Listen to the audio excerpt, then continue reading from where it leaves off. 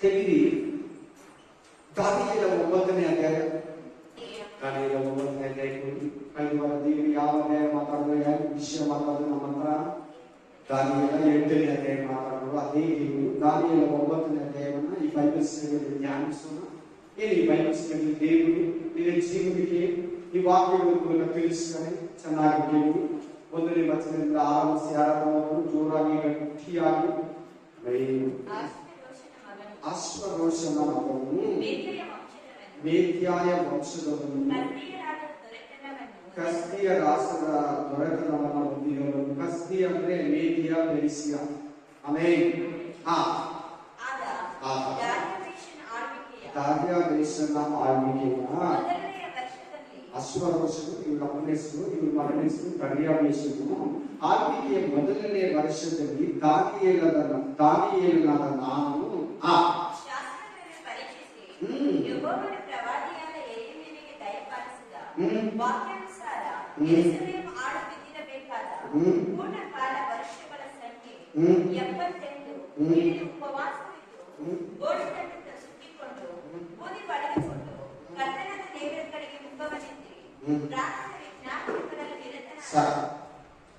ಅಲ್ಲಿಂದ ಕಂಟಿನ್ಯೂ ಮಾಡಿ ನಿರ್ಧಾರ. ಅಲ್ಲಿಂದ ನೆಕ್ಸ್ಟ್ ಅಲ್ಲಿಂದ ಈ 1, 2, 3 ವಾಕ್ಯಗಳು ಓದಿದ್ರೆ ಇಲ್ಲಿ ದಾರ್ಯಾವೇಶನ ಪರಿಚಯ ಆಗ್ತದೆ. ದಾನಿಯೇಲ ಅವನ ಮೊದಲನೇ ವರ್ಷದಲ್ಲಿ ಒಂದು ಕನಸನ್ನು ಕಾಡ್ತಾ ಇದ್ದಾನೆ. ದಾನಿಯೇಲನು ಶಾಸ್ತ್ರಗಳನ್ನ ಪರೀಕ್ಷಿಸಿದನು. ದಾನಿಯೇಲ ಎಲ್ಲಿ ಗೊತ್ತಾ? ಚೀನಾ ದೇಶದಲ್ಲಿ, ಬಾಬಿಲೋನ್ ದೇಶದಲ್ಲಿ, ಕಸ್ದೀಯರ ದೇಶದಲ್ಲಿದ್ದಾನೆ. ಸ್ವಂತ ಊರಲ್ಲ, ಸ್ವಂತ ದೇಶದಲ್ಲಿಲ್ಲ. ಇವನನ್ನ ಒಬ್ಬ ರಾಜ ಬಂದು, ಬಾಬಿಲೋನ್ ರಾಜನಾದ ನೆಬೂಕದ್ನೆಚ್ಚರ್ ಬಂದು ಆ ದೇಶವನ್ನೆಲ್ಲ ಹಾಳು ಮಾಡಿ ಅಲ್ಲಿರೋ ಸೊತ್ತು, ದೇವಾಲಯದ ವಸ್ತುಗಳನ್ನ, ಒಳ್ಳೊಳ್ಳೆ ಜನರನ್ನ ತನ್ನ ದೇಶಕ್ಕೆ ಕದ್ಕೊಂಡು ಅಂದ್ರೆ ದಾಸತ್ವದಲ್ಲಿದ್ದಾರೆ. ಅಲ್ಲೇಲೂಯ. ಇವ್ನು ಹೋಗುವಾಗ ಏನನ್ನ ತಗೊಂಡು ಹೋಗಿದ್ದಾನೆ ನೀವು ಹೇಳಿ ನೋಡೋಣ. ಎಷ್ಟೋ ಕಿಲೋಮೀಟರ್ ಎತ್ಕೊಂಡು ಹೋಗಿದ್ದಾರೆ ಇವರನ್ನ. ಏನ್ ತಗೊಂಡು ಹೋಗಿದ್ದಾನೆ ಹೇಳಿ ನೋಡಲಿ. ಶಾಸ್ತ್ರಗಳನ್ನ ಪರೀಕ್ಷಿಸಿ. ಮೋಶೆ ಬರೆದಿರೋದು, ಯೆರೆಮೀಯ ಬರೆದಿರೋದು, ಯೆಹೆಜ್ಕೇಲ ಅವರಿಗಿಲ್ಲ. ಯೆಹೆಜ್ಕೇಲ ಇದ್ದ, ಇನ್ನು ಅವನಿಗಿಲ್ಲ. ಯೆಶಾಯ ಬರೆದಿರೋದು, ಜ್ಞಾನೋಕ್ತಿಗಳನ್ನ, ಕೀರ್ತನೆಗಳನ್ನ, ರೈಸವ ಇವೆಲ್ಲ ಬರೆದಿರೋ ಗ್ರಂಥಗಳನ್ನ ಎತ್ಕೊಂಡು ಹೋಗಿದ್ದಾನೆ. ಹೋಗುವಾಗ ನಾವು ಎಲ್ಲರೂ ಬೈಬಲ್ ಎತ್ಕೊಂಡು ಹೋಗ್ತೀರಾ? ಕಷ್ಟದಲ್ಲಿದ್ರೆ ಬೈಬಲ್ ಓದ್ತೀರಾ? ನೋಡಿ, ಬೇರೆ ದೇಶದಲ್ಲಿ ದಾಸನಾಗಿದ್ದಾನೆ, ಸೆರೆಯಲ್ಲಿದ್ದಾನೆ. ಸೆರೆಯವನು ದಾನಿಯೇಲ. ಯಾರು? ಸೆರೆಯವನು. ಸ್ವಂತ ಊರಲ್ಲಿ, ಸ್ವಂತ ದೇಶದಲ್ಲಿ, ಸ್ವಂತ ಮನೆಯಲ್ಲಿಲ್ಲ. ಬಂದವರನ್ನ ಒಬ್ಬ ರಾಜ ಕರ್ಕೊಂಡು ಹೋಗಿರೋದು. ದಾಸತ್ವದಲ್ಲಿದ್ದಾನೆ, ಸೆರೆಯಲ್ಲಿದ್ದಾನೆ. ಹೋಗುವಾಗ ದಡಬುಡ, ಭಯಗಿರಿ, ಗಡಿಬಿಡಿ ಅವನಿಗಾಗಲಿಲ್ಲ.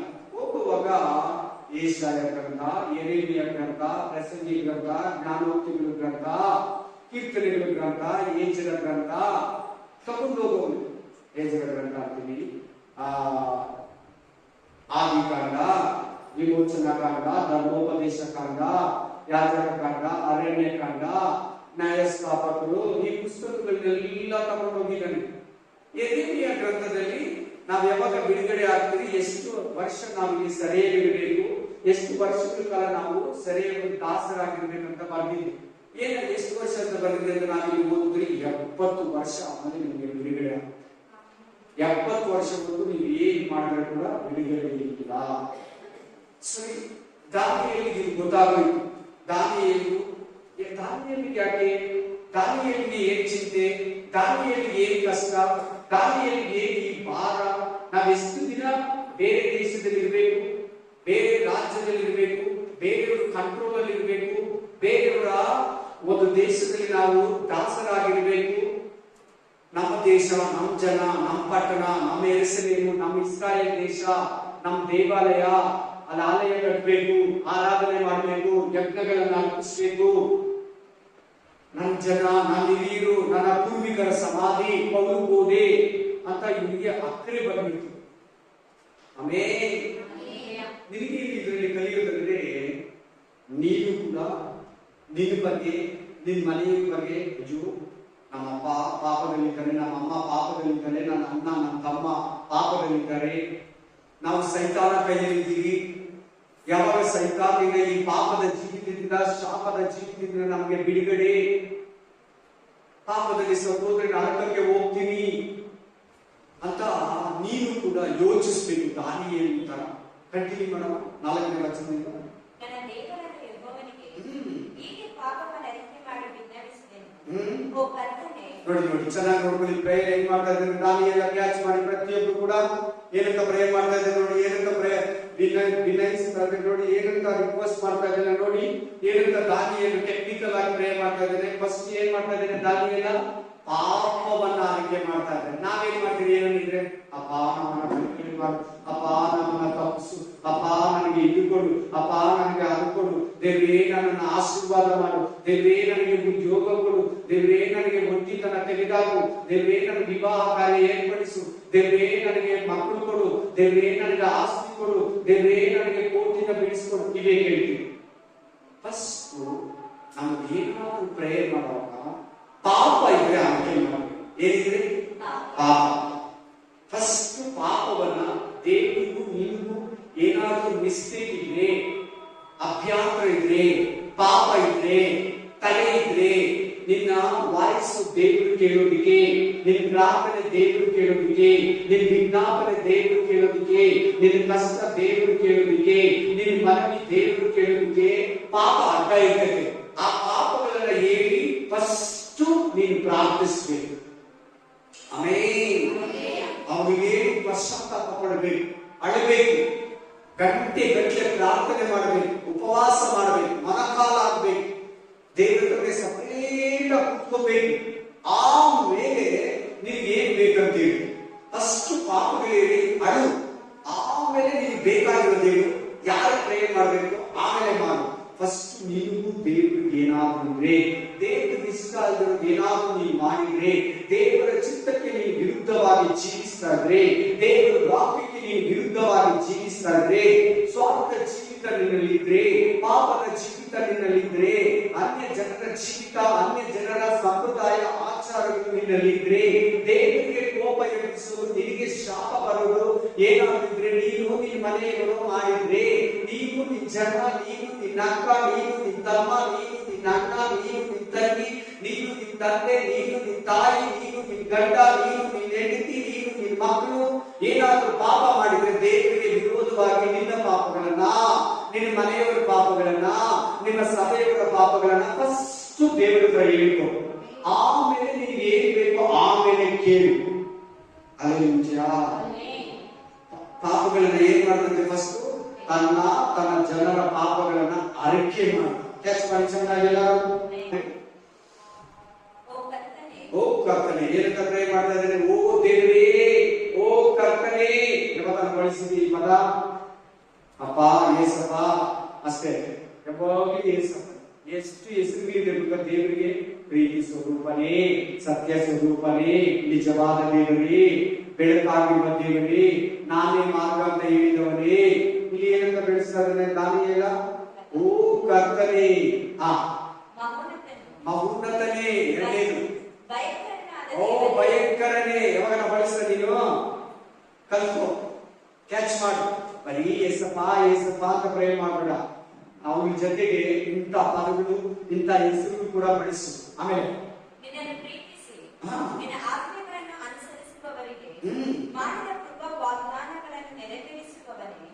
ದೇವರು ನಿನಗೆ ಏನನ್ನ ಕೊಡ್ತೀನಿ ಅಂತ ವಾಗ್ದಾನ ಮಾಡಿದ್ರೆ ಅದನ್ನು ನೆರವೇರಿಸ್ತಾನೆ.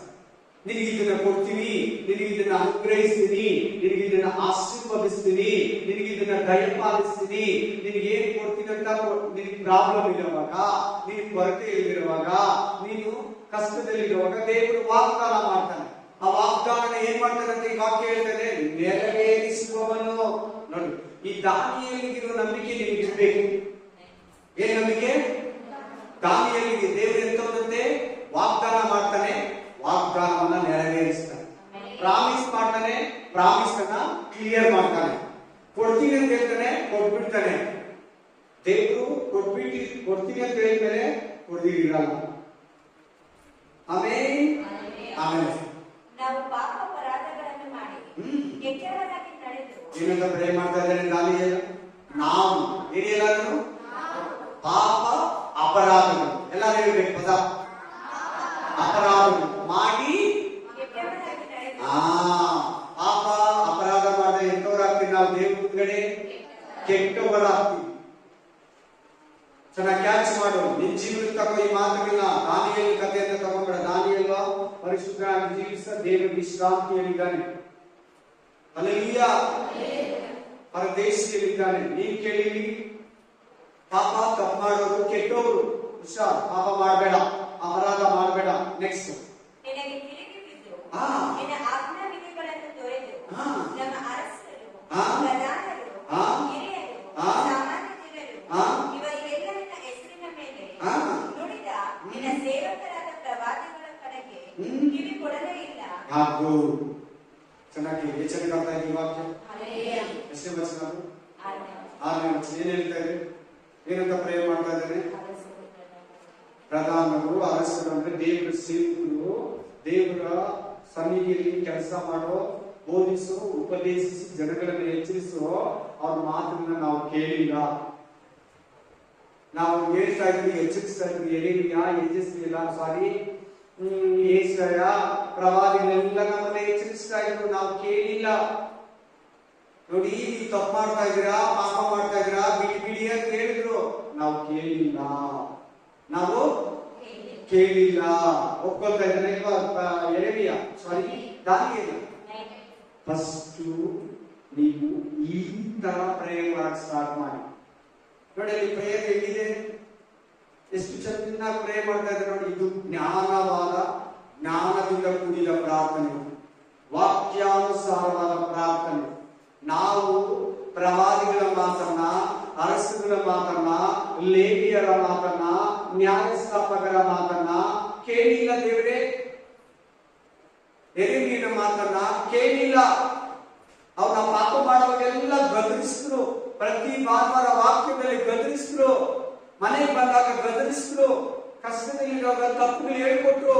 ನಾವು ಕೇಳಿದ ತಪ್ಪು ಮಾಡ್ತಾನೆ ಇದ್ರಿ ಅಂತ ಅದ್ರ ಅರ್ಥ. ನೀವು ಹೆಂಗನ ತಗೊಂಡು ಆಮೇಲೆ ನೆಕ್ಸ್ಟ್ ಕರ್ತನೇ, ನಿನ್ನ ಧರ್ಮ ಸ್ವರೂಪ ನಾವು ನಾಚಿಕೆಗೀಡಾದವರು. ಹಾಗೂ ದೇವರು ಕರೆಕ್ಟ್ ಹೇಳಿ ಎಲ್ಲರೂ. ಇಲ್ಲ ಎಲ್ಲರೂ ಹೇಳಿ ಸರಿಯಾಗಿ ಸ್ಟ್ರಾಂಗ್ ಇಲ್ಲ. ನೀವು ತಕ್ಕಂತ ಹೇಳಿ ತಕ್ಷಣ ಎಲ್ಲಾರು ಹೇಳ್ಬೇಕು. ನಾನು 2 ಸಾರಿ 3 ಸಾರಿ ಕೇಳಿದ್ರೆ ಎಲ್ಲಾರು ಹೇಳ್ತೀರ. ಯಾಕಂದ್ರ ದೇವರು ಒಳ್ಳೆಯದು. ಹೇಳಿ ಎಲ್ಲರೂ. ನಾವೆಂದವರಂದ್ರೆ ಹುಷಾರ್. ದೇವ್ರ ಹತ್ರ ವಾಕ್ಯ ಹೇಳಲ್ಲ. ದೇವ್ರು ಕರೆಕ್ಟ್, ನಾವೇ ಕರೆಕ್ಟ್ ಆಗಿಲ್ಲ ಅಂತ ಅರ್ಥ. ಯಾಕೆ ನಾಚಿಕೆಗೀಡಾಗ್ತೀರಿ? ದೇವರಿಗೆ ವಿರುದ್ಧವಾಗಿ ಜೀವಿಸುವಾಗ. ಆಮೇಲೆ ಹೌದು, ಈಗಲೇ ಯೆಹೂದ್ಯರು, ಯೆರೂಸಲೇಮಿನ ನಿವಾಸಿಗಳು ನಿನಗೆ ವಿರುದ್ಧವಾಗಿ ಮಾಡಿದ ದ್ರೋಹದ ನಿಮಿತ್ತ ನಿನ್ನಿಂದ ದೇಶ ದೇಶಗಳಿಗೆ ತಳ್ಳಲ್ಪಟ್ಟು. ನೋಡು, ದೇವರಿಗೆ ವಿರುದ್ಧವಾಗಿ ನಡೆದ್ರು. ಏನಾಗಿದ್ರು ಅವರ ಇಸ್ರಾಯೇಲರು? ದೇಶ ದೇಶಕ್ಕೆ ತಳ್ಳಲ್ಪಟ್ಟು ಚದರಿಸ್ಬಿಟ್ರು. ದೇವರು ವಿರೋಧಿಗಳಿಗೆ ಕೀಳಾದ್ರು. ಬೇರೆ ದೇಶದಲ್ಲಿ ಹೊಡಿಸ್ಕೊಂಡು ಬಯಸ್ಕೊಂಡು ಸ್ವಂತ ಮನೆ ಇದ್ದೀರಾ, ಸ್ವಂತ ದೇಶ ಇದ್ದೀರಾ, ಆಮೇಲೆ ಇಬ್ರಿಯರನ್ನ ಪೀಡಿಸಿದ್ರು, ಸುಟ್ರು, ಕೊಂದ್ರು. ನಾವು ಗುರಿಯಾಗಿದ್ದೀವಿ, ನಾವು ದಾಸತ್ವದಲ್ಲಿದ್ದೀವಿ.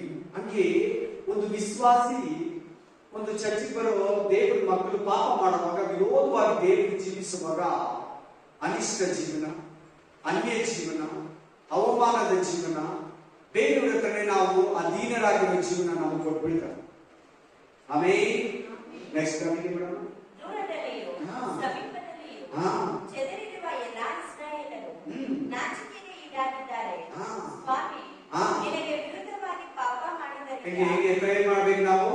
ಸ್ವಾಮಿ, ನಿನಗೆ ವಿರುದ್ಧವಾಗಿ ನಾವು ಪಾಪ ಮಾಡಿದ್ದೀರಿ, ನಿನ್ನನ್ನ ರೇಗಿಸಿದಿರಿ, ನಿನ್ನ ಕೋಪವನ್ನು ಎಬ್ಬರಿಸಿದಿರಿ, ನಿನ್ನ ಮನಸ್ಸನ್ನ ಬೇಸರ ಮಾಡಿದಿರಿ ದೇವರೇ.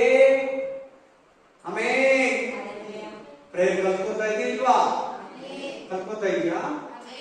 ದಾನಿಯೇಲ ಎಷ್ಟು ಅಡ್ಕೊಂಡು ಪ್ರೇಯರ್ ಮಾಡ್ತಾ ಇರೋದ, ಮನಕಾಲಲ್ಲಿ ಪ್ರೇಯರ್ ಮಾಡ್ತಾ ಇದ್ರು, ಉಪವಾಸದಲ್ಲಿ ಪ್ರೇಯರ್ ಮಾಡ್ತಾ ಇದ್ರು ದಾನಿಯೇಲ. ಆಮೇಲೆ ನಾವು ನಮ್ಮ ಅರಸರು, ಪ್ರಧಾನರು, ಹಿರಿಯರು ನಾಚಿಕೆಗೆ ಗುರಿಯಾಗಿದ್ದೇವೆ. ಹಾಗೂ ನಮ್ಮ ಪ್ರಧಾನರು, ನಮ್ಮ ಅರಸರು, ನಮ್ಮ ಹಿರಿಯರು, ನಮ್ಮ ಪ್ರವಾದಿಗಳು ಆ ಕಷ್ಟಕ್ಕೆ, ಅವಮಾನಕ್ಕೆ, ನಷ್ಟಕ್ಕೆ ಗುರಿಯಾಗಿದ್ದೀರಿ ದೇವರೇ. ಯಾಕೆ ಏನು ಗೊತ್ತಾ?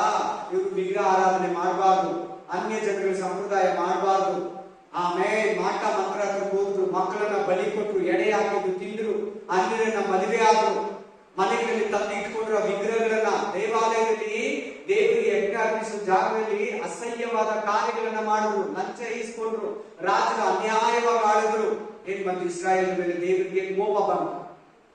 ನೀವು ಹುಷಾರ್, ವಿಗ್ರಹ ಆರಾಧನೆ, ಅವುಗಳಲ್ಲಿ ತಿನ್ನುವುದು, ಕೂಡುವುದು, ಜಾತ್ರೆ, ಹಬ್ಬ, ಉತ್ಸವ, ಜಾತ್ರೆ ನೀವು ಕೂಡಿ ಇಸ್ರಾಯೇಲ್ರಂತೆ ಮಾಡಿದ್ರೆ ನಿಮ್ಮ ಮೇಲೆ ಕೂಡ ದೇವರಿಗೆ ಕೋಪ ಬರ್ತದೆ, ನಿಮ್ಮ ಮೇಲೆ ಕೂಡ ದೇವರಿಗೆ ಬೇಸರಿಕೆ ಬರ್ತದೆ. ನೀವು ಈ ಇಸ್ರಾಯೇಲ್ರಂತೆ ಅವಮಾನಕ್ಕೆ ಗುರಿ ಆಗ್ತೀಯ, ಇನ್ಕ್ಲೂಡಿಂಗ್ ನಾನಾದ್ರು. ಅಲ್ಲೆಲ್ಲೂಯಾ. ಆಮೇಲೆ ಎಂತವ್ರು ನಮ್ಮ ದೇವರು.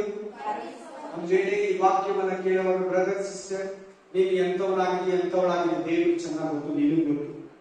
ಆಮೇಲೆ ಮೂರನೇದು ಸೈತಾನ್ ಗೊತ್ತು. ಈ ಮೂವರಿಗೆ ಚೆನ್ನಾಗಿ ಗೊತ್ತಿರೋದು. ನೀನ್ ಹೆಂಗಿದೀಯಾ, ನೀನ್ ಹೆಂಗ್ ನಡ್ಕೊತಾ ಇದೀಯಾ, ನೀನು ಆನೆಸ್ಟ್ ಆಗಿದೆಯಾ, ತುಂಬಾ ಮೋಸವಾಗಿದೆಯೋ, ನೀನ್ ನೀತಿಯಲ್ಲಿದೆಯೋ, ತುಂಬಾ ಅನ್ಯಾಯವಾಗಿದೆಯೋ, ನೀನ್ ಪಾಪದಲ್ಲಿದೆಯೋ, ಪರಿಶುದ್ಧವಾಗಿದೆಯೋ, ನಿನಗೆ ಗೊತ್ತು, ಸೈತಾನ್ ಗೊತ್ತು, ದೇವರಿಗೆ ಗೊತ್ತು. ಅದಕ್ಕೆ ದೇವರು ಇವತ್ತು ಹೇಳ್ತಾ ಇದ್ದಾರೆ, ದೇವರೇ ನಾನು ನನ್ನ ಒಪ್ಪಿಸ್ಕೊಡ್ತಾರೆ. ಆಮೇಲೆ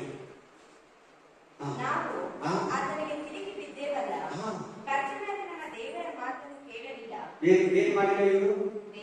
ಬಂದು ಭಾನುವಾರ ವಾಕ್ಯ ಕೇಳಿದ್ರು, ಪ್ರತಿ ಸಂಡೇ ಸರ್ವಿಸ್ ಹೋಗಿ ವಾಕ್ಯ ಕೇಳಿದ್ರು, ವಾಕ್ಯ ಪ್ರಕಾರ ನಡೆಯಲಿಲ್ಲ. ಎರೆಮಿಯ ಹೇಳಿದ್ ಕೇಳಿದ್ರು, ಎರೆಮಿಯ ಹೇಳಿದ್ದು ಮಾತಿನಂತೆ ನಡ್ಕೊಳ್ಳಿಲ್ಲ. ಏಷಯ ಮಾತು ಕೇಳಿದ್ರು, ಏಷಯ ಏನಂಗೆ ಮಾಡಲಿಲ್ಲ. ಮೋಶೆ ಧರ್ಮಶಾಸ್ತ್ರ ಇತ್ತು ಅವ್ರ ಹತ್ರ, ಆ ಧರ್ಮಶಾಸ್ತ್ರದ ಪ್ರಕಾರ ಅವ್ರು ನಡೆದಿಲ್ಲ, ಅದಕ್ಕೆ ವಿರುದ್ಧವಾಗಿ ನಡೆದ್ರು. ನನ್ನ ಸೇವಕರಾದ ಪ್ರವಾದಿಗಳ ಮೂಲಕ ನಮಗೆ ಗೊತ್ತು ಮಾಡಿದ ಧರ್ಮ ಮಾರ್ಗದಲ್ಲಿ ನಡೆಯಲಿಲ್ಲ. ಇಸ್ರಾಯೇಲರು ನಿನ್ನ ಧರ್ಮ ಪ್ರಮಾಣವನ್ನು ಮೀರಿ ನಿನ್ನ ಮಾತನ್ನು ಕೇಳಲೊಲ್ಲದೆ ಓರೆಯಾಗಿ ಹೋದರು. ಆದ ಕಾರಣ ನಿನ್ನ ಶಾಪದ ಕೇಡುಗಳು ದೇವ ಸೇವಕನಾದ ಮೋಶೆಯ ಧರ್ಮಶಾಸ್ತ್ರದಲ್ಲಿ ನೀನು ಆಣೆಯಿಟ್ಟು ಪ್ರಕಟಿಸಿದ ವಿಪತ್ತುಗಳು ನಮ್ಮ ಮೇಲೆ ಸುರಿಯಲ್ಪಟ್ಟಿವೆ.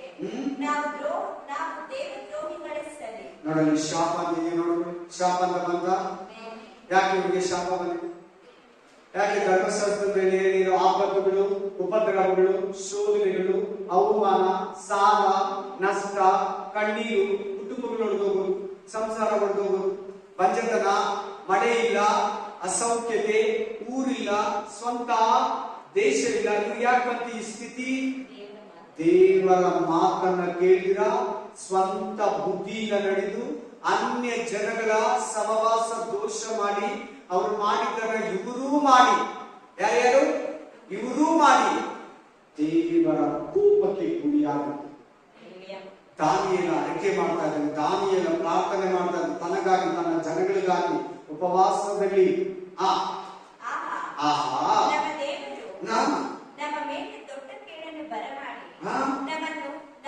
ನಮ್ಮ ನಾಡುವ ಅಧಿಪತಿಗಳನ್ನು ಕುರಿತು ಗದರಿಸಿ ಹೇಳಿದ ಮಾತುಗಳನ್ನು ನೆರವೇರಿಸುತ್ತಾನೆ.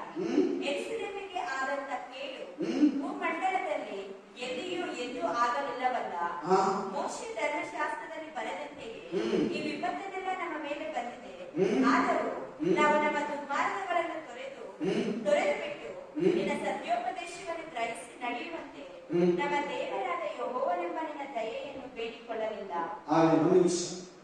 ಏನ್ ಮಾಡ್ತಾ ಇದ್ರಿ? ಕಷ್ಟ ಬಂದ್ರೆ ಕೂಡ, ಅವಮಾನ ಇದ್ರೆ ಕೂಡ, ಬಲಹೀನತೆ ಇದ್ರೆ ಕೂಡ ದೇವರನ್ನ ಪ್ರೇಯರ್ ಮಾಡಿಲ್ಲ, ದೇವರ ಚಿತ್ತನ ತಿಳ್ಕೊಳ್ಳಿಲ್ಲ, ವಿರುದ್ಧವಾಗಿ ಜೀವಿಸ್ತೀರಿ, ನಾವು ಅಸಹ್ಯವಾಗಿ ಜೀವಿಸ್ತೀರಿ. ನಿಮ್ಗೆ ಮೊರೆ ಇಟ್ಟಿದ್ರೆ ಬಿಡಿಸ್ಕೊಡ್ತಾ ಇದೆ, ನಿನ್ನನ್ನು ಹುಡುಕ್ತೀರಾ. ನಾವು ಸ್ವಂತವಾಗಿ ಅನ್ಯ ಜನಗಳನ್ನ ಹಿಂಬಾಲಿಸ್ಬಿಟ್ಟಿದ್ದೇವೆ. ನೋಡ್ಕೊಳ್ಳಿ, ನಾನು ಹೇಳ್ತೇನೆ, ಎಷ್ಟು ವಚನರು? 13ನೇ ವಚನ. ಕ್ಲೀನಾಗಿ ನೋಡಿ, ಇನ್ನೂ ಒಂದ್ಸರಿ ಬೇಕಾದ್ರೆ ಮನೆಗೆ ಹೋಗಿ ಚೆನ್ನಾಗಿ ಓದ್ಕೊಳ್ಳಿ, ಮನೆಗೆ ಹೋದ್ಮೇಲೆ. ಆಮೇಲೆ ಆದ ಕಾರಣ ಯೆಹೋವನೇ ಈ ಕೇಡನ್ನ ನೋಡಿಕೊಂಡಿದ್ದು ನಮ್ಮ ಮೇಲೆ ಬರಮಾಡಿದ್ದಾನೆ. ನಮ್ಮ ದೇವರಾದ ಯೆಹೋವನು ತಾನು ಮಾಡುವ ಸಕಲ ಕಾರ್ಯಗಳಲ್ಲಿ ಧರ್ಮ ಸ್ವರೂಪ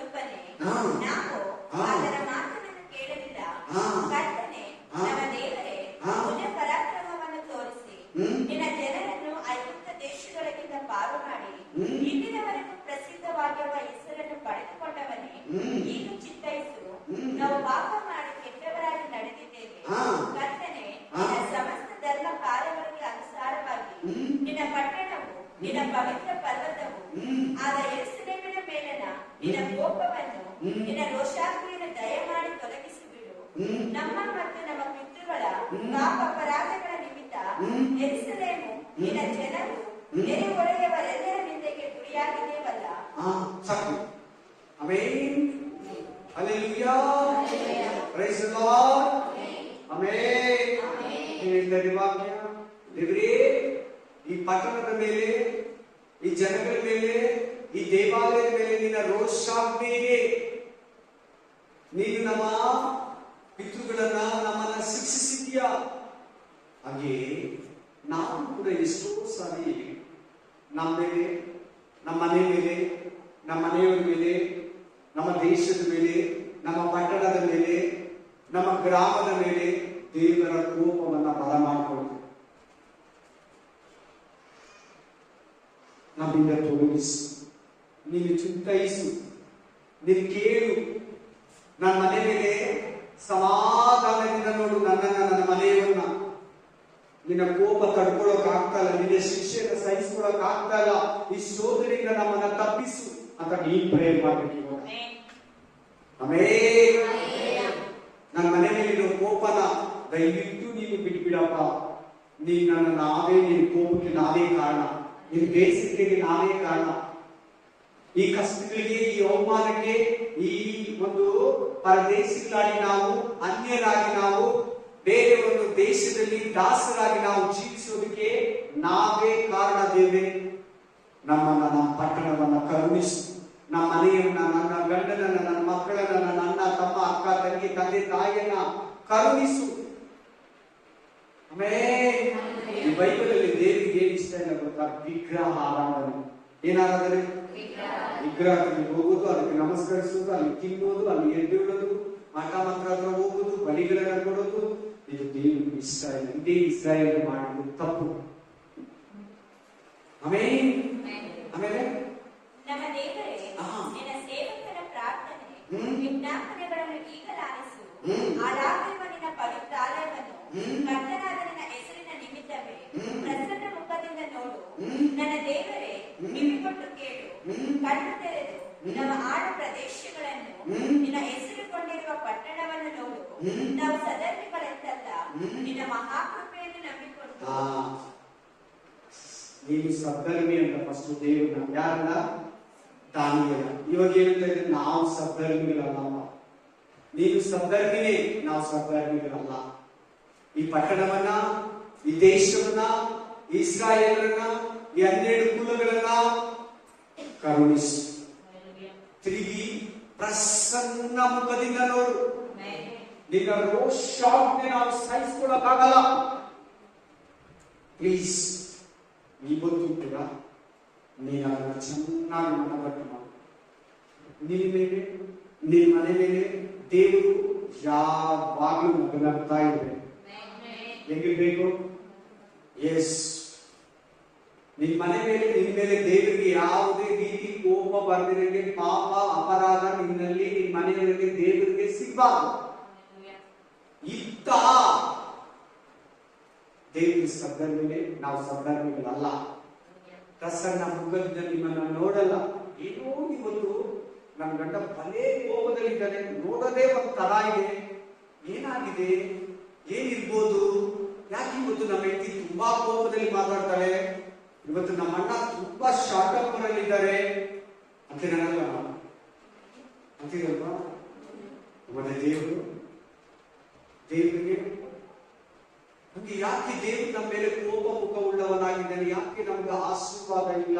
ಯಾಕೆ ನಮಗೆ ಎಲ್ಲ ಉಲ್ಟಾ ಆಗ್ತಾ ಇದೆ, ಎಲ್ಲ ತಪ್ಪಿ ಹೋಗ್ತಾ ಇದೆ? ಒಂದೊಂದು ವಿಷಯದಲ್ಲಿ ಕೂಡ ಯಾಕೆ ನಮ್ಮಲ್ಲಿ ಸಮಸ್ಯೆಗಳು, ಶೋಧನೆಗಳು? ಆಮೇಲೆ ದೇವರು ನಿನ್ನ ವಿಷಯವಾಗಿ, ನಿನ್ನ ಕುಟುಂಬದ ವಿಷಯವಾಗಿ ಸಂತೋಷ ಇಲ್ಲ. ಏನಿಲ್ಲ? ಸಂತೋಷ. ನಿನ್ನ ಬಗ್ಗೆ, ನಿನ್ನ ಮನೆಯವರ ಬಗ್ಗೆ ದೇವರಿಗೆ ಫಸ್ಟ್ ಸಂತೋಷ ಇರಬೇಕು. ಅದನ್ನೇ ಪ್ರಸನ್ನ ಮುಖದಿಂದ ನೋಡು. ಡ್ಯಾಡಿ ಇವತ್ತು ಚಪ್ಪಲಿಯನ್ನು ಶೂಸ್ ತುಂಬಾ ಕೋಪದಲ್ಲಿ ಬಿಚ್ಚಿಸ್ತಾ ಇದ್ದಾರೆ. ಆಮೇಲೆ ಡೋರನ್ನ ತುಂಬಾ ಫಾಸ್ಟ್ ಆಗಿ ಕಳೆದು ಗೇಟ್ನ ಗಮಾರಂತ ಹಾಕೊಂಡ್ಬಂದ್ರು. ಹುಷಾರು, ಯಾರು ಮಾತಾಡಿ, ಅವ್ರ ಕೋಪ ಇದೆ, ಏನೋ ಆಗಿದೆ, ಸುಮ್ಮನೆ ಹೇಳ್ಬಿಡ್ತಾರೆ. ಒಳ್ಳೆ ತಾಯಿ ಅವರು, ಕರೆಕ್ಟ್ ಅಲ್ವಾ? ಆಮೇಲೆ ಅಲ್ಲೆಲೂಯಾ. ಹಾಗೆ ದೇವರು ನಿನ್ನ ವಿಷಯವಾಗಿ ಹಂಗಿರಬಾರ್ದು. ರಸಂಗಮದಿಂದ ನಿನ್ನನ್ನು ನೋಡ್ಬೇಕು. ಆಮೇಲೆ ಈ ಕಷ್ಟಗಳನ್ನೆಲ್ಲ, ಈ ವಿಜ್ಞಾಪನೆ ಎಲ್ಲ ದೇವರು ನಿನ್ನ ಪ್ರೇಯರ್ ಮಾಡಿ. ಇವತ್ತು ಎಲ್ಲಿ ಪ್ರೇಯರ್ ಮಾಡಿದ್ರೆ ದೇವರು ಮಕ್ಕಳು ಎಷ್ಟು ಮನೆಯಲ್ಲಿ ಪ್ರೇಯರ್ ಇಲ್ಲ ಗೊತ್ತಾ? ಎಷ್ಟು ಲೈಫಲ್ಲಿ ಪ್ರೇಯರ್ ಇಲ್ಲ ಗೊತ್ತಾ? ಎಷ್ಟು ಕುಟುಂಬಗಳಲ್ಲಿ ಪ್ರಾರ್ಥನೆ ಇಲ್ಲ, ಎಷ್ಟು ಸಭೆಗಳಲ್ಲಿ ಪ್ರೇಯರ್ ಇಲ್ಲ. ಚರ್ಚ್ ಮಾತ್ರ ಕೂಡಿ ಬರ್ತಾರೆ, ಪ್ರೇಯರ್ಗೆ ಟೈಮ್ ಕೊಡಲ್ಲ. ಆಡ್ತಾರೆ, 5 ಹಾಡು 6 ಹಾಡು 7 ಹಾಡು 8 ಹಾಡು ವಾಕ್ಯ ಸ್ವಲ್ಪ ಇನ್ನು ಅದು ಇದು ಅನೌನ್ಸ್ಮೆಂಟ್, ಆ ಡೇ ಈ day, mother's day, father's day, ಆಮೇಲೆ ಈ ಏನಾದ್ರು women's day, birthday, church anniversary, Christmas ಎಲ್ಲ ಮಾಡ್ತಾರೆ. ಪ್ರೇಯರ್ಗೆ ಟೈಮ್ ಕೊಡಲ್ಲ. ಚರ್ಚ್ಗಳಲ್ಲಿ ಪ್ರೇಯರ್ ಕೊಡಲು ಟೈಮ್ ಕೊಡಲ್ಲ. ಮನೆಯಲ್ಲಿ ಪ್ರೇಯರ್ ಕೊಡೋ ಟೈಮ್ ಕೊಡಲ್ಲ. ಪರ್ಸನಲ್ ಪ್ರೇಯರ್ಗೆ ವಿಚಾರವ ಹೇಳ್ತಾರದ. ಆಮೇನ್. ಮತ್ತೆ ದೇವರಿಗೆ ನಿನ್ ಪ್ರಾಬ್ಲಮ್ ಕೇಳ್ತಾನೆ. ಪ್ರೇಯರ್ ನಿಂತ ಏನು ಅಲ್ಲಿಲ್ಲ. ಆಮೇಲೆ ಸ್ತೋತ್ರ, ಕಾಪಾಡಪ್ಪ, ನನ್ನ ಮಕ್ಕಳು ಸ್ಕೂಲ್ಗೆ ಹೋಗ್ತಾರೆ, ಕಾಪಾಡು, ನನ್ನ ಗಂಡ ಕೆಲಸಕ್ಕೆ ಹೋಗ್ತಾರೆ, ನಾನು ಆಚೆ ಕಡೆ ಇರ್ತೀನಿ, ಗ್ಯಾಸ್ ಹತ್ರ ಹೋಗ್ತೀನಿ, ಕಾಪಾಡಪ್ಪ, ನಡ್ಸಪ್ಪ, ಇವತ್ತು ಆಕ್ಸಿಡೆಂಟ್ ಆಗ್ಬಾರ್ದು. ಇದೇ ಡೈಲಿ ಅದೇ ಪ್ರೇಯರ್, ಸೇಮ್ ಪ್ರೇಯರ್, ಚೇಂಜಸ್ ಇರಲ್ಲ. ಒಂದೇ ಪ್ರೇಯರ್, ಪ್ರಾಕ್ಟೀಸ್ ಪ್ರೇಯರ್. ಸಿಚುವೇಶನ್ ನೋಡು ಮನೆಯಲ್ಲಿ, ಏನ್ ನೋಡು ಸಿಚುವೇಶನ್ ನೋಡು, ಪ್ರೇಯರ್ ಚೇಂಜ್ ಮಾಡು. ಒಂದೇ ಪ್ರೇಯರ್ ಗೊತ್ತು ಮಾಡೋಣ ಪ್ಲೀಸ್. ನಿಮ್ ಪರಿಸ್ಥಿತಿ ನೋಡು, ನಿಮ್ ಮನೆ ಪರಿಸ್ಥಿತಿ ನೋಡು, ನಿಮ್ ಕೆಲಸದಲ್ಲಿ ಹೆಂಗಿದೆ ಪರಿಸ್ಥಿತಿ ನೋಡು, ಸಿಚುವೇಶನ್. ಅದರ ತಕ್ಕಾಗಿ ವಾಕ್ಯ ಇತ್ತು, ಜ್ಞಾನದಿಂದ ಪ್ರೇಯರ್ ಮಾಡು. ಏನಾಗ್ತದೆ ಗೊತ್ತಾ? ನೆಕ್ಸ್ಟ್ ದಾನಿಯಲ್ಲಿ ಉತ್ತರ ಕೊಡ್ತಾ ಇಲ್ಲ ನೋಡಿ. ಸ್ವಾಮಿ ಕೇಳು, ಏನಂತ ಹೇಳ್ತಾ ಇದ್ದೇನೆ? ಸ್ವಾಮಿ ಕೇಳು, ಪ್ರೇಯರ್ ಕೇಳು, ನಮ್ ಕಷ್ಟನ ಕೇಳು, ನಮ್ ದುಃಖನ ಕೇಳು, ನಮ್ಮ ಅವಮಾನ ಕೇಳು, ನಮ್ಮ ಬಲಹೀನತೆಯನ್ನ ಕೇಳಿ ಬಲನ ಕೊಡು, ನಮ್ಮ ದುಃಖವನ್ನ ಓಡಿಸಿ ಸಂತೋಷನ ಕೊಡು, ನಮ್ಮ ಅವಮಾನವನ್ನ ತೊಲಗಿಸಿ ನಮಗೆ ಮಾನವನ್ನ ಕೊಡು, ನಮ್ಮ ರೋಗವನ್ನ ಪರಿಹರಿಸಿ ಆರೋಗ್ಯವನ್ನ ಕೊಡು. ಸ್ವಾಮಿ ಕೇಳು, ಸ್ವಾಮಿ. ಎರಡನೇದು ಆಮೇಲೆ ಕ್ಷಮಿಸು. ಫಸ್ಟ್ ಪ್ರೇಯರ್ ಕೇಳಬೇಕು, ಸೆಕೆಂಡ್ ಕ್ಷಮಿಸಬೇಕು. ನಿಮ್ ಪಾಪನ ಏನ್ ಮಾಡ್ಬೇಕು? ದೇವರು ಕೇಳ್ಬೇಕು, ಆಮೇಲೆ ಪಾಪನ ಕ್ಷಮಿಸ್ಬೇಕು, ಆಮೇಲೆ ನಮ್ ಕಷ್ಟನ ಆಮೇಲೆ ಕೇಳು. ಫಸ್ಟ್ ಪಾಪನ ಕೇಳು, ಆಮೇಲೆ ನಮ್ ಪ್ರೇಯರ್ಗೆ ಸ್ವಾಮಿ ಕ್ಷಮಿಸು, ನಮ್ಮ ಪಾಪನ ಕೇಳು, ನಮ್ಮ ಪಾಪನ ಕ್ಷಮಿಸು. ಮೂರನೇದು ಲಾಲಿಸು, ನಮ್ ಕಷ್ಟನ, ನಮ್ಮ ವಿಜ್ಞಾಪನೆ, ನಮ್ಮ ಬಾಧೆ. ಮೂರನೇದು. ನಾಲ್ಕನೇದು ನಾವು ಹೋಗಿದ ತಕ್ಷಣ ದೇವರನ್ನ ಕಾರ್ಯ ಮಾಡಿದ್ದೇವೆ, ಅದು ಕೊಟ್ಬಿಡ್ತೇವೆ, ಇದು ಕೊಟ್ಬಿಡ್ತೇವೆ. ನಿನ್ನ ಪಾಪಗಳು, ನಿನ್ನ ಅಪರಾಧಗಳು, ನಿನ್ನ ಹ್ಯಾಬಿಟ್ಗಳು, ನಿನ್ನ ನಡವಳಿಕೆ, ನಿನ್ನ ಮಾತು, ನಿನ್ನ ಕ್ರಿಯೆ, ನಿನ್ನ ಕಾರ್ಯ ದೇವರಿಗೆ ದೂರ ಇದೆ.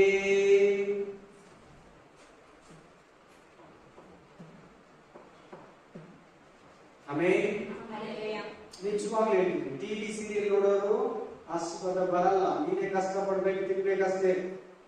ನೀವು ಯಾರೇನಾಗಿದೆ ಟಿವಿ ಸೀರಿಯಲ್ ನೋಡ್ತೀರಾ, ಅದು ನಿಮ್ಮನ್ನ ಆಶೀರ್ವಾದ ಮಾಡ ಶೋರ್ 100%. ಆಮೇಲೆ ನೀವು ಪ್ರೇ ಮಾಡಿದ್ರೆ ಕೂಡ ಕೇಳಲ್ಲ. ಆಮೇಲೆ ಹೋದನು ತಡ ಮಾಡಬೇಡ ದೇವ್ರಿ. ನನ್ನ ದೇವರೇ, ನಿನ್ನ ಜನವು ಪಟ್ಟಣವು ನಿನ್ನ ಹೆಸರಿನವುಗಳಾದ ಕಾರಣ ನಿನ್ನ ಹೆಸರನ್ನು ಕಾಪಾಡ್ಕೋತೀವ್ರಿ. ನಾನು ಬಾಯಿ ಬಿಟ್ಟು ಬೇಡಿಕೊಂಡು ನನ್ನ ಮತ್ತು ನನ್ನ ಜನರಾದ ಇಸ್ರಾಯೇಲರ ಪಾಪವನ್ನು ಅರಿಕೆ ಮಾಡುತ್ತಾ ದೇಶಕ್ಕೆ ಪ್ರೇಯರ್ ಮಾಡ್ತಾರೆ. ನನ್ನ ಇಸ್ರಾಯೇಲ್ ಜನರ ಪಾಪಗಳನ್ನ, ಕಷ್ಟವನ್ನ ಅರಿಕೆ ಮಾಡಿ. ಆಕ್ಚುಲಿ ದಾನಿಯಲ್ಲಿ ತುಂಬಾ ಒಳ್ಳೆಯವನು, ಆನೆಸ್ಟ್. ಆದ್ರೂ ಕೂಡ ನಾನು ನನ್ನ ಜನರು ಮಾಡಿರೋ ಪಾಪ ನಾನು ಮಾಡ್ತೇನೆ ಅಂತ ಒಪ್ಕೊಂತ ಇದ್ದೀನಿ. ಇವತ್ತು ನಾವು ಒಪ್ಕೊಂತೀರಾ? ನಾನು ಕ್ಲೀನು, ನಾನು ಕರೆಕ್ಟು, ನಾನು ಪರಿಶುದ್ಧನು, ನಾನು ನೀತಿವಂತನು, ನಾನು ಸದ್ಧರ್ಮಿ, ನಾನು ಕರೆಕ್ಟ್ ಆಗಿದ್ದೀನಿ, ನೀವು ಕರೆಕ್ಟ್ ಆಗಿಲ್ಲ, ನನ್ನ ಕಣ್ಣಲ್ಲಿ ರವೆ ಇಲ್ಲ, ತೊಲೆ ಇಲ್ಲ, ನಿಮ್ ಕಣ್ಣಲ್ಲಿ ರವೆ ಇದೆ, ತೆಗಿತೀನಿ ಬಾ ಸಹೋದರ, ಬಾ ಸಹೋದರಿ, ನೀವಿದ್ದವರು, ನೀವ್ ಅಂತವ್ರು ಅಂತ ನಾವು ಅಂತೀವಿ. ಆಮೇಲೆ ನೀನು ಅಷ್ಟೇ ನಿಮ್ ಮನೆಗೆ ಪ್ರೇ ಮಾಡುವಾಗ ನೀನ್ ಮಾಡಿರೋ ತಪ್ಪು ಇಲ್ಲಂದ್ರೆ ಕೂಡ ನಿಮ್ ಮನೆಯವ್ರು ಮಾಡಿದ್ರೆ ದೇವ್ರೇ ನಾನು ನನ್ನ ಮನೆಯವರು ತಪ್ಪು ಮಾಡಿದೀವಿ, ಕ್ಷಮಿಸಪ್ಪ.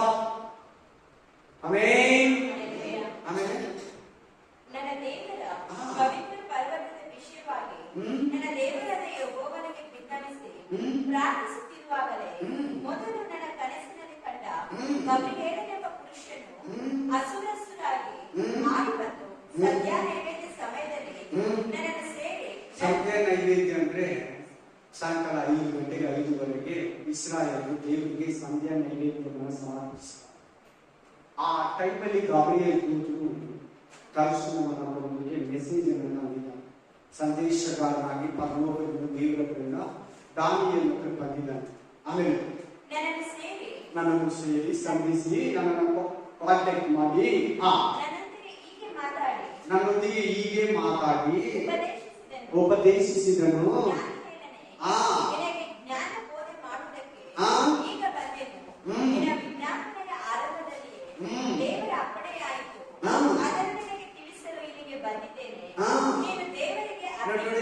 ಒಂದು ಪಾಯಿಂಟ್ ಇದೆ ನೋಡಿ, ನೀ ಫಸ್ಟ್ ದಿನ ಪ್ರೇ ಮಾಡ್ದಲ್ಲ ಅವತ್ತೇ ನಿನ್ ಪ್ರೇಯರ್ ಕೇಳಿದೆ.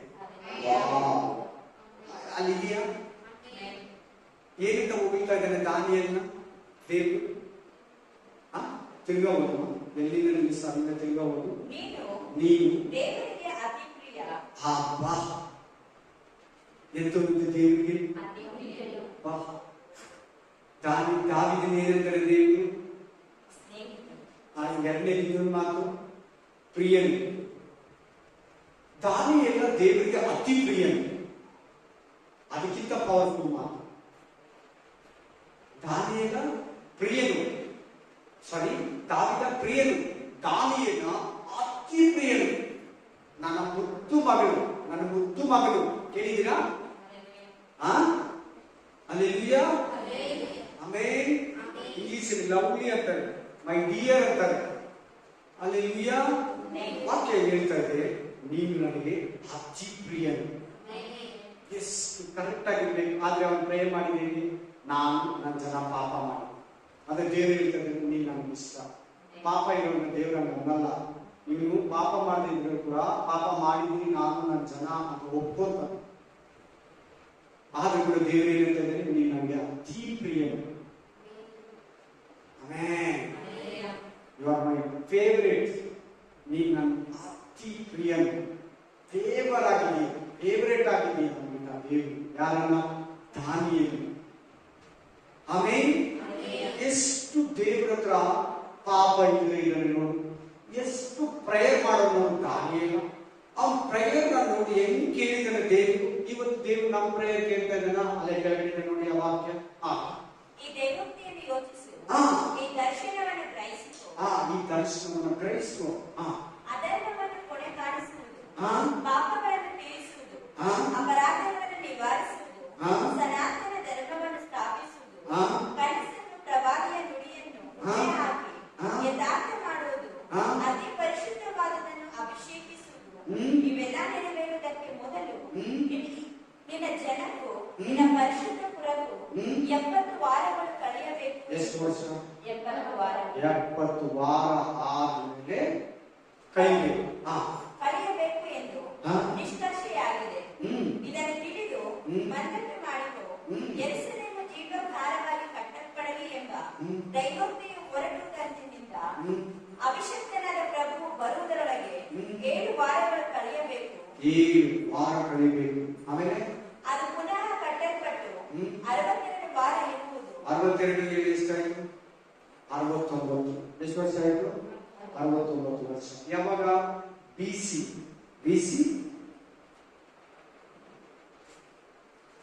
517 ಕ್ರಿಸ್ತ ಪೂರ್ವ 517ರಲ್ಲಿ ನೀವು ನಿಮ್ಮ ದೇವಾಲಯವನ್ನು ಕಟ್ಕೊಳ್ಳೋದಕ್ಕೆ ಹೋಗ್ಬೋದು.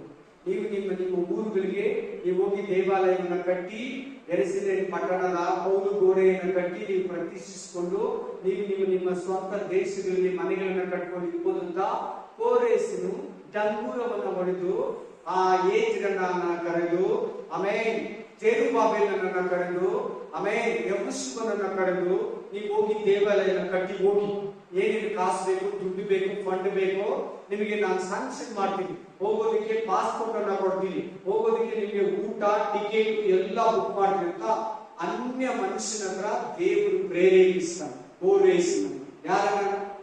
ಕೋರೇಸ್ ರಾಜನನ್ನ, ಇಂಗ್ಲಿಷ್ ಜೆರಕ್ಸ್ ಅಥವಾ ಸೈರಸ್. Amen, hallelujah. ಇನ್ಯಾರು? ಪಾರಸಿಯ ರಾಜ. ದರ್ಯಾವೇಶ ಯಾರು? ಪಾರಸಿಯ ರಾಜ. ಓದಿ ಈ ಮಾತು ಎಲ್ಲಿದೆ ಅಂತ 2 ಪೂರ್ವಕಾಲ 36-22-23 ಸೆಕೆಂಡ್ ಕ್ರೋನಿಕಲ್ಸ್ ಚಾಪ್ಟರ್ 36 22-23. ಪಾರಸಿಯ ಅರಸನಾದ ಕೋರೆಷನ ಮೊದಲನೆಯ ವರ್ಷದಲ್ಲಿ ಯೆಹೋವನು ತನ್ನ ಯೆರೆಮೀಯನ ಮುಖಾಂತರ ರಾಜನ ಹೆಸರು ಕೋರೇಸ್. ಕೋರೇಸನ ಮೊದಲನೆಯ ವರ್ಷದಲ್ಲಿ ಯೆಹೋವನು ತನ್ನ ಯೆರೆಮೀಯನ ಮುಖಾಂತರ ಹೇಳಿಸಿದ ವಾಕ್ಯವನ್ನು ನೆರವೇರಿಸಿದ್ದಕ್ಕಾಗಿ ಯಾರ ಮೂಲಕ? ಅದನ್ನ ನಾವೆಲ್ಲ ಕೊಡ್ತೀವಿ. ಯೆರೆಮೀಯನ ವಾಕ್ಯ. ಆ ಪಾರಸಿಯ ರಾಜನಾದ ಕೋರೆಷನ ಮನಸ್ಸನ್ನು ಪ್ರೇರಿಸಿದರಿಂದ ದೇವ್ರು ಏನ್ ಮಾಡ್ದ? ಅವನ ಅನ್ಯ ಮನಸ್ಸು, ಬೇರೆ ದೇವರನ್ನ ಪೂಜಿಸುವುದು. ಯಾರನ್ನ ಪೂಜಿಸುವನು? ಬೇರೆ ದೇವರು. ಅವನ ಹತ್ರ ಏನ್ ಮಾತಾಡ್ತಾ ಇದ್ದಾನೆ? ಯೇಸು ಸ್ವಾಮಿ ಏನಂತ ಮಾತಾಡ್ತಾ ಇದ್ದಾನೆ? ಯೆಹೋವ ದೇವರು, ನೀನು ನನ್ನ ಜನರನ್ನ ಹೋಗೋದಕ್ಕೆ ಬಿಡು.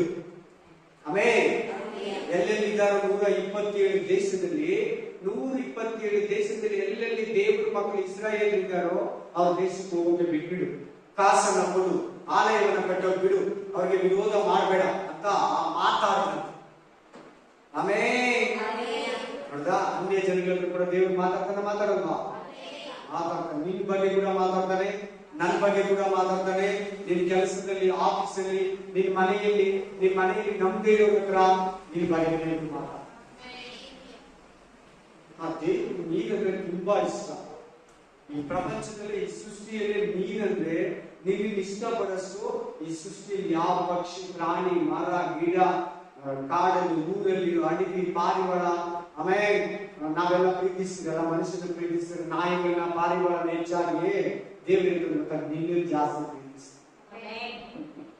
ಆಮೇಲೆ ಬೆಕ್ಕಿನೆಲ್ಲ ಜಾಸ್ತಿ ದೇವರು ಪ್ರೀತಿಸಲ್ಲ. ಪಾರಿವಾಳ, ಗಿಣಿ, ನಾಯಿನ ಸುಮ್ಮನೆ ಇಟ್ಟಿದ್ದಾರೆ, ಅದು ಪಾಠಗಳಿಗೆ ಅದನ್ನ ನಿನಗೋಸ್ಕರ ಕೊಟ್ಟಿದ್ದಾರೆ ಅಷ್ಟೇ. ಆಮೇಲೆ ನಿನ್ನ ಸೇಫ್ಟಿಗೆ, ಸೆಕ್ಯೂರಿಟಿಗೆ, ನಿನ್ನ ಆಹಾರಕ್ಕೆ ಅವೆಲ್ಲ ಕೊಟ್ಟಿದ್ದಾರೆ. ನಿನ್ನ ಪ್ರೀತಿಸ್ತಾರೆ. ಆಮೇಲೆ ಹಲ್ಲೆಲೂಯಾ. ನೀನಂದ್ರೆ ಬಲೆ ಇಷ್ಟ. ನಿನಗೋಸ್ಕರ ಏನ್ ಬೇಕಾದ್ರೂ ಮಾಡ್ತಾನೆ, ಯಾರ ಹತ್ರ ಬೇಕಾದ್ರೂ ಮಾತಾಡ್ತಾನೆ, ಏನ್ ಬೇಕಾದ್ರೂ ಚೇಂಜ್ ಮಾಡ್ತಾನೆ ಈ ಸೃಷ್ಟಿಯಲ್ಲಿ. ನಿನ್ನ ಒಬ್ಬನಿಗೋಸ್ಕರ ಮೊದಲು ದೇವರು ಯಾರಂತ ಚೆನ್ನಾಗಿ ತಿಳ್ಕೊ. ದೇವ್ರ ಮನಸ್ಸು ಏನಂತ ಚೆನ್ನಾಗಿ ತಿಳ್ಕೊ. ನಾನು ಯಾರು, ದೇವ್ರು ಯಾರು ಚೆನ್ನಾಗಿ ತಿಳ್ಕೊ. ನನ್ನನ್ನು ಯಾರು ಯೋಗರು ಕಳಿಸ್ಕೊಂಡಿದ್ದಾರೆ ಚೆನ್ನಾಗಿ ತಿಳ್ಕೊ. ಆಮೇಲೆ ಅವನು ತನ್ನ ರಾಜ್ಯದಲ್ಲೆಲ್ಲ ಡಂಗುರದಿಂದಲೂ ಪತ್ರಗಳಿಂದಲೂ ಪಾರಸಿಯ ರಾಜನಾದ ಕೋರೆಷನೆಂಬನ ಮಾತನ್ನು ಕೇಳಿದೆ. ಪರಲೋಕ ದೇವರಾದ ಯೆಹೋವನು ನನಗೆ ಲೋಕದ ಎಲ್ಲಾ ರಾಜ್ಯಗಳನ್ನು ಒಪ್ಪಿಸಿ ತನಗೋಸ್ಕರ ಯೆಹೂದ ದೇಶದ ಯೆರೂಸಲೇಮಿನಲ್ಲಿ ಆಲಯವನ್ನು ಕಟ್ಟಬೇಕೆಂದು ಆಜ್ಞಾಪಿಸಿದ್ದಾನೆ. ನಿಮ್ಮಲ್ಲಿ ನನಗೆ ದೇವಾಲಯವನ್ನು ಕಟ್ಟುವಂತ ನನಗೆ ದೇವರು ಪ್ರೇರಣೆ ಕೊಟ್ಟಿದ್ದಾನೆ. ಹಲ್ಲೆಲೂಯಾ. ನಿಮಗೆ ಯಾರಿಗೆ ಆಸಕ್ತಿ ಇದೆ ಅವರೆಲ್ಲ ಹೋಗ್ಬಿಟ್ಟು ನಿಮ್ಮ ದೇವರನ್ನ, ದೇವಾಲಯವನ್ನ, ನಿಮ್ಮ ದೇಶವನ್ನ ಸೇರ್ಕೋಬಹುದು, ಕಟ್ಟಬಹುದು, ನೀವು ಸಂಭ್ರಮಿಸಬಹುದು ಅಂತ ಹೇಳ್ಬಿಡ್ತಾರೆ. ಆಮೇಲೆ ಆತನ ಪ್ರಜೆಗಳಾಗುತ್ತಾರೋ ಅವರು ಸ್ವದೇಶಕ್ಕೆ ಹೋಗಲು ಅವರ ದೇವರಾದ ಯೆಹೋವನು ಅವರ ಸಂಗಡ ಇರುವನು ಎಂದು ಪ್ರಕಟಿಸಿದರು. ಆಮೆನ್. ಇಲ್ಲಿಂದ 69 ವಾರ ಕಳೆಯಬೇಕು. ಎಷ್ಟು ವಾರ? 69 ವಾರ. 490 ವರ್ಷಗಳು ಅಲ್ಲ, ಒಂದು ವಾರ ಬಾಕಿ ಇದೆ, ಒಂದು ವರ್ಷ. ಆಮೇಲೆ ಒಂದು ವಾರ ಬಾಕಿ ಇದೆ, 69 ವಾರ. 69 ವಾರ ಇಂಟು ಆಮೇಲೆ 7 ದಿನ ಅಂದ್ರೆ 483 ವರ್ಷ. ಇದ್ರ ಬಗ್ಗೆ ಇನ್ನೊಂದು ಸಾರಿ ಆಲ್ರೆಡಿ ಹೇಳಿದ್ದೀನಿ ಬೈಬಲ್ ಸ್ಟಡಿಯಲ್ಲಿ.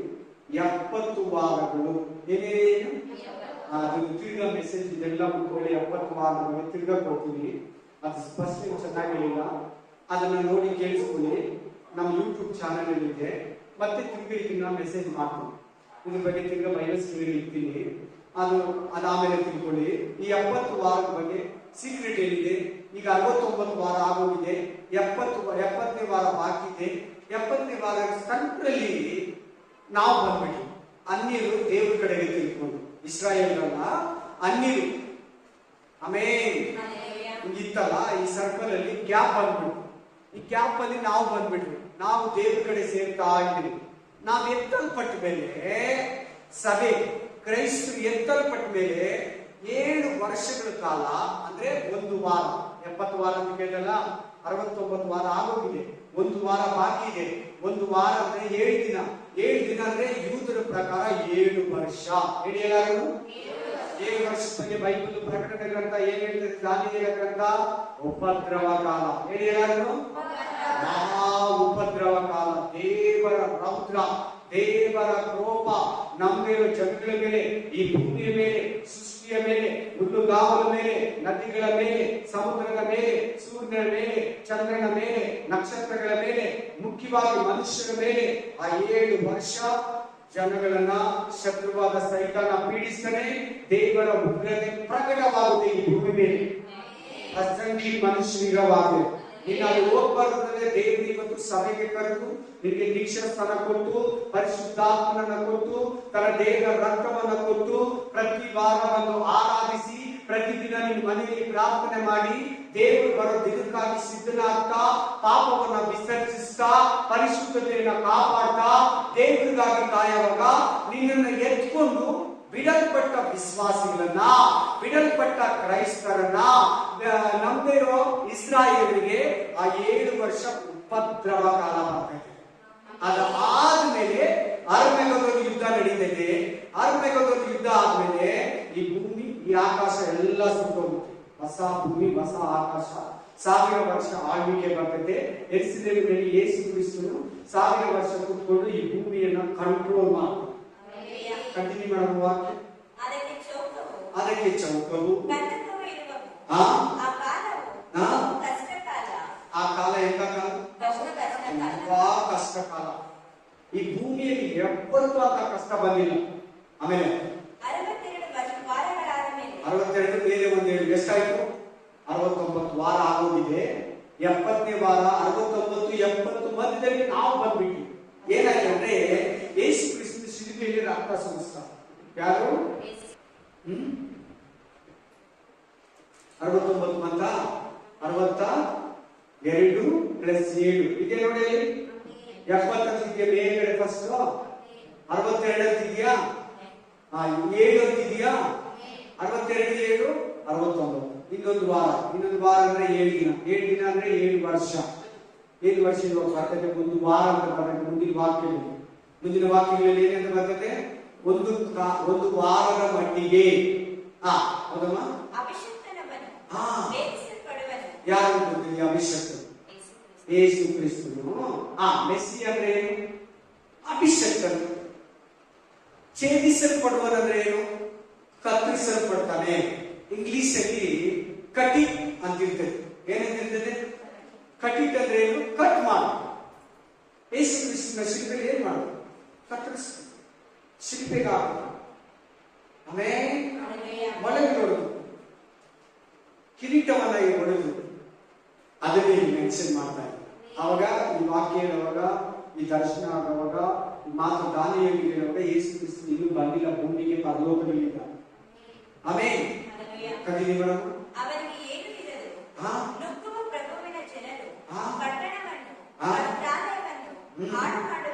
ಯಾವಾಗ? 7 ವರ್ಷ ಉಪದ್ರವ ಕಾಲ. ಆಮೇಲೆ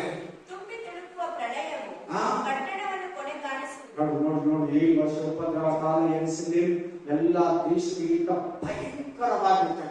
ಆಮೇಲೆ ಯುದ್ಧವಾಗುವುದು, ನಿಶ್ಚಿತ ನಾಶನಗಳು ಸಂಭವಿಸುವವು. ಆ ಪ್ರಭುವು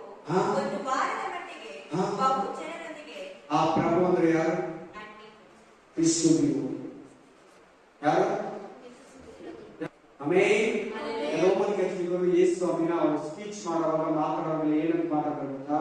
ಪ್ರಭು ಪ್ರಭು ಅಂತ. ಆಮೇನ್. ಬೈಬಲ್ ಅಲ್ಲಿ ಹಂಗೆ ಬರ್ತಿದೆ ಅವರು, ರೋಮನ್ ಕ್ಯಾಥಲಿಕ್ ಬೈಬಲ್ ಅಲ್ಲಿ ಕೂಡ. ಇಲ್ಲಿ ಪ್ರಭು ಅಂತಾರರು ಅವನು 7 ವರ್ಷ ಈ ಲೋಕದಲ್ಲಿ ಕ್ರಿಸ್ತು ವಿರೋಧಿ ಅಂದ್ರೆ ಆಂಟಿ ಕ್ರೈಸ್ಟ್, ಸೈತಾನ ಮಗ. ಈ ಭೂಮಿಯನ್ನ ನಾನೇ ದೇವರು, ಹೇಗೆ ನಾನೇ ಯೇಸು ಅಂತ ಹೇಳ್ತಾರೆ. ಎರಡನೇ ಮಾತು, ಐ ಆಮ್ ಕ್ರೈಸ್ಟ್ ಅಂತ ಹೇಳ್ತಾರೆ, ಡೂಪ್ಲಿಕೇಟ್. ನಾನೇ ಕ್ರಿಸ್ತು ಅಂತ ಹೇಳ್ತಾರೆ. ಆ ಯಹೂದರು ನಂಬಿಡ್ತಾರೆ, ಆ ಮೆಸ್ಸಿಯ ಬರ್ತೀನಿ ಅಂತ ಹೇಳಿದ್ದಾನೆ, ಇವನೇ ಇರ್ಬೋದು ಅಂತ ನಂಬಿಡ್ತಾರೆ ಅವನು. ಪ್ರಭು, ಆ ಪ್ರಭು ಹೋದಮ್ಮ ಒಂದು ವಾರದ ಮಟ್ಟಿಗೆ ಬಹು ಜನರೊಂದಿಗೆ ಒಂದು ವಾರ ಅಂದ್ರೆ ಎಷ್ಟು ದಿನ? 7 ವರ್ಷ. ಒಂದು ವಾರ ಅಂದ್ರೆ ಎಷ್ಟು ದಿನ? 7 ದಿನ ಅಲ್ಲ, 7 ದಿನ. 7 ದಿನ ಅಂದ್ರೆ ಯೂತರ ಲೆಕ್ಕದಲ್ಲಿ, ಯೂತರ ಕ್ಯಾಲೆಂಡರ್ ಪ್ರಕಾರ 7 ವರ್ಷ. ಅದಕ್ಕೆ ನೀವು ಕೊಟ್ಟಿದ್ದೀರಿ ಏಜಸ್ ಎಲ್ಲ 4ನೇ ಅಧ್ಯಾಯದಲ್ಲಿದೆ. ಎಲ್ಲಿದೆ? 4ನೇ ಅಧ್ಯಾಯದಲ್ಲಿದೆ ಆ ವಾಕ್ಯ. ಒಂದು ದಿನ ಅಂದ್ರೆ ಒಂದು ವರ್ಷ, 10 ದಿನ ಅಂದ್ರೆ 10 ವರ್ಷ, 400 ದಿನ ಅಂದ್ರೆ 400 ವರ್ಷ. ಹಲ್ಲೆಲೂಯಾ. ಆ ಪ್ರಭು, ಆ ಆಂಟಿ ಕ್ರೈಸ್ಟ್, ಆ ಕ್ರಿಸ್ತು ವಿರೋಧಿ ಜನಗಳ ಹತ್ರ ಏನ್ ಮಾಡ್ಕೊತಾರೆ ಅಂದ್ರೆ ಒಂದು ವಾರದ ಮಟ್ಟಿಗೆ 7 ವರ್ಷ ಒಡಂಬಡಿಕೆಯನ್ನ ಮಾಡ್ಕೊತಾರೆ. ನಾನೇ ದೇವರು, ನಾನು ನಿಮ್ಮನ್ನ ಚೆನ್ನಾಗಿ ಆಡ್ತೀನಿ, ನಿಮ್ಮನ್ನ ಚೆನ್ನಾಗಿ ರೂಲ್ ಮಾಡ್ತೀನಿ. ನೋಡಿ, ಇದುವರೆಗೂ ಬಂದರು ನಿಮ್ಗೆಲ್ಲ ಪೀಡಿಸ್ತು, ನೀವೆಲ್ಲಾ ಸಾಲದಲ್ಲಿದ್ದೀರಾ. ಈ ದೇಶಕ್ಕೆ ಆ ದೇಶಕ್ಕಾಗಲ್ಲ, ಪಾಕಿಸ್ತಾನಕ್ಕೆ ಇಂಡಿಯಾಗಾಗಲ್ಲ, ಭಾರತ ಚೀನಾಗಾಗಲ್ಲ, ಅಮೆರಿಕ ಇರಾಕ್ ಆಗಲ್ಲ, ಕೆನಡಾ ರಷ್ಯಾಗಾಗಲ್ಲ, ರಷ್ಯಾ ಇರಾನ್ಗಾಗಲ್ಲ, ರಷ್ಯಾ ಆಮೇಲೆ ಈ ಯುದ್ಧ ನಡೀತಾ ಇದೆಯಲ್ಲ, ಒಂದೊಂದು ದೇಶಕ್ಕೆ ದೇಶ ಆಗ್ತಾ ಇಲ್ಲ. ಅದು ಬಂದಿದ ತಕ್ಷಣ ಎಲ್ಲಾ ದೇಶಗಳು ಮುಂದಾಗ್ಬಿಡ್ತಾರೆ. ಇಷ್ಟು ಸಮಾಧಾನ ತಂದ್ಬಿಟ್ಟಿರೋದು, ಇಷ್ಟು ಕರೆಕ್ಟ್ ಆಗಿದ್ದಾನೆ. ಕೆಲವು ಅದ್ಭುತ ಕೂಡ ಮಾಡ್ತಾನೆ ಆಂಟಿ ಕ್ರೈಸ್ಟ್. ಆ ಟೈಮಲ್ಲಿ ಆಕಾಶದಿಂದ ಬೆಂಕಿ ತರಿಸ್ತಾನೆ. ಇದನ್ನೆಲ್ಲ ನೋಡಿ ಜನಗಳು ಏನ್ ಮಾಡ್ಬಿಡ್ತಾರೆ ಅಂದ್ರೆ, ಇವನು ಕ್ರೈಸ್ಟ್, ಇದು ಜೀಸಸ್, ಆಮೇನ್, ಅವನನ್ನು ನಂಬ್ತಾರೆ ಜನ. ಮುಖ್ಯವಾಗಿ ಇಸ್ರಾಯೇಲ್ ನಂಬ್ತಾರೆ. ಇಲ್ಲಿ ಯಾವ ನಾನು ಹೇಳ್ತಾ ಇರೋದು ಲಾಸ್ಟ್ 3 ವಾಕ್ಯದಲ್ಲಿ ಇನ್ನೂ ನಡೆದಿಲ್ಲ. ಇನ್ನು ಒಬ್ಬ ಅಭಿಷಕ್ತರು ಛೇದಿಸಲ್ಪಡ್ತಾನೆ, ಅದು ನಡೆದಿದೆ. ಎಲ್ಲಿ? ಶಿಲ್ಬೆ. ಎಲ್ಲಿ? ಶಿಲ್ಬೆ. ಆಮೇಲೆ ದೇವಾಲಯವನ್ನು ಕಟ್ಟೋದು ನೆರವೇರಿದೆ. ಆ ದೇವಾಲಯ ಕೂಡ ಕೆಡವಾಗಿಲ್ಲ. ಈಗ ದೇವಾಲಯ ಇಲ್ಲ, ನಾವೇ ದೇವಾಲಯ. ಯಾರು? ಈ ದೇವಾಲಯ ಎತ್ತಲ್ಪಟ್ಟ ಮೇಲೆ ಯೆರೂಸಲೇಮಿನಲ್ಲಿ ರಿಯಲ್ ಕಟ್ಟಡ ದೇವಾಲಯ ಬರ್ತೈತೆ. ಆಮೇಲೆ ನೀವು ನೋಡೋದ ಗೋಲ್ಡನ್ ಕಲರ್ ಹಿಂಗಿದೆಯಲ್ಲ, ಆ ಚರ್ಚ್ ಅಲ್ಲ, ಮಸೀದಿ ಅದು.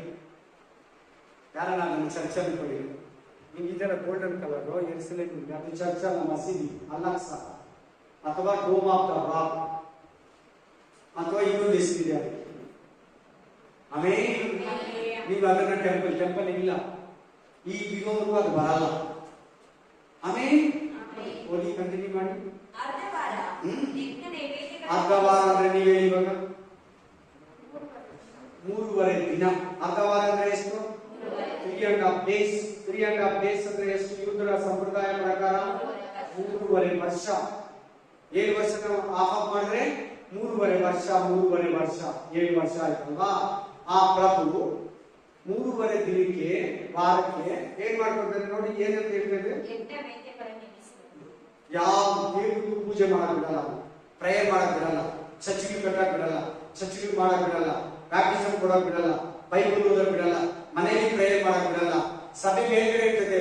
ಬಿಡಲ್ಪಟ್ಟಿರೋ ಪಾಸ್ಟರ್ಗಳು, ಬಿಡಲ್ಪಟ್ಟಿರೋ ವಿಶ್ವಾಸಿಗಳಿಗೆ ಬೇರೆ ಅಲ್ಲ ಕರೆಯೋದು, ಪೂಜೆ ಮಾಡೋದು, ಆ ದೇವಸ್ಥಾನಕ್ಕೆ, ಈ ದೇವಸ್ಥಾನಕ್ಕೆ, ಆ ಚರ್ಚ್ಗೆ, ಈ ಚರ್ಚ್ಗೆ, ಆ ಮಸೀದಿಗೆ, ಆ ಬುದ್ಧನ ಹತ್ರ, ಯಾವ ಇದ್ರ ಹತ್ರ ಕೂಡ ಹೋಗಲೇ ಇಲ್ಲ. ಯಾರು ಆಂಟಿ ಕ್ರೈಸ್ಟ್ ದೇವರನ್ನೇ ಎಲ್ಲಾರು.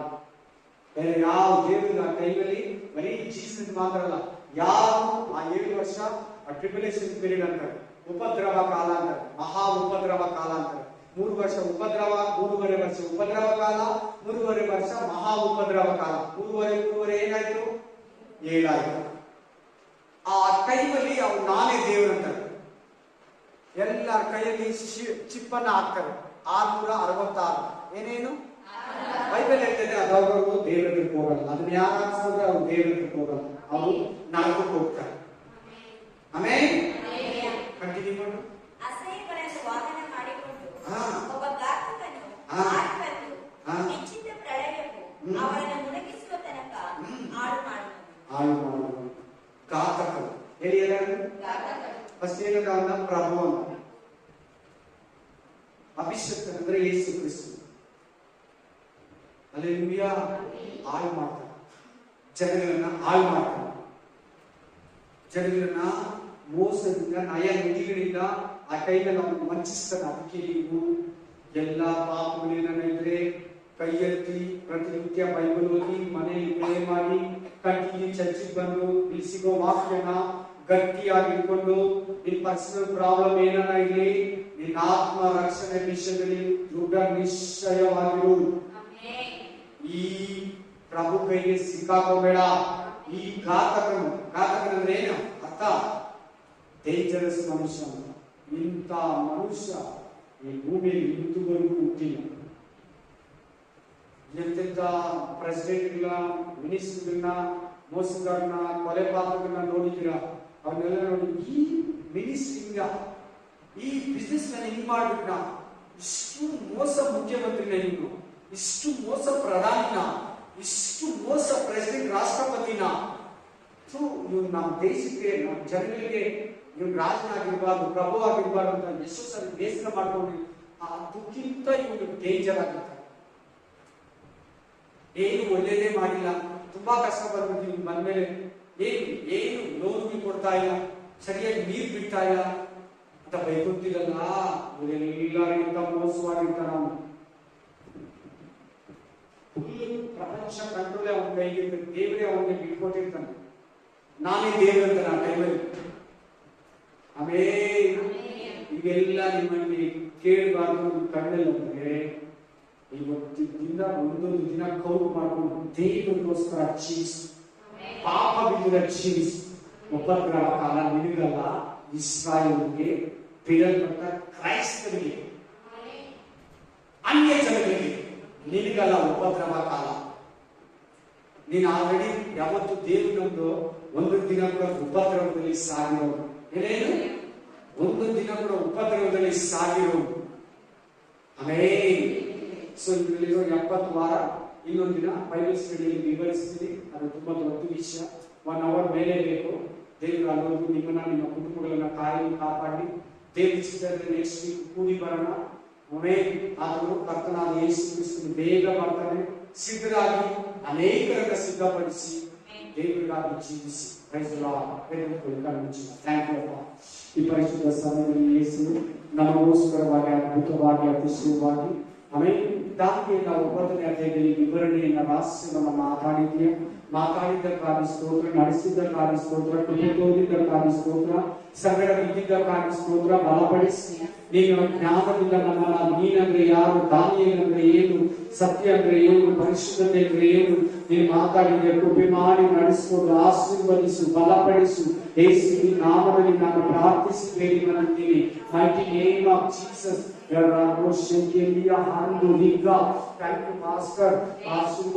ಬಲಪಡಿಸಿ ಯೇಸುವಿನ ನಾಮದಲ್ಲಿ ನಡೆಸಿಕೊಂಡು. Amen, amen, amen.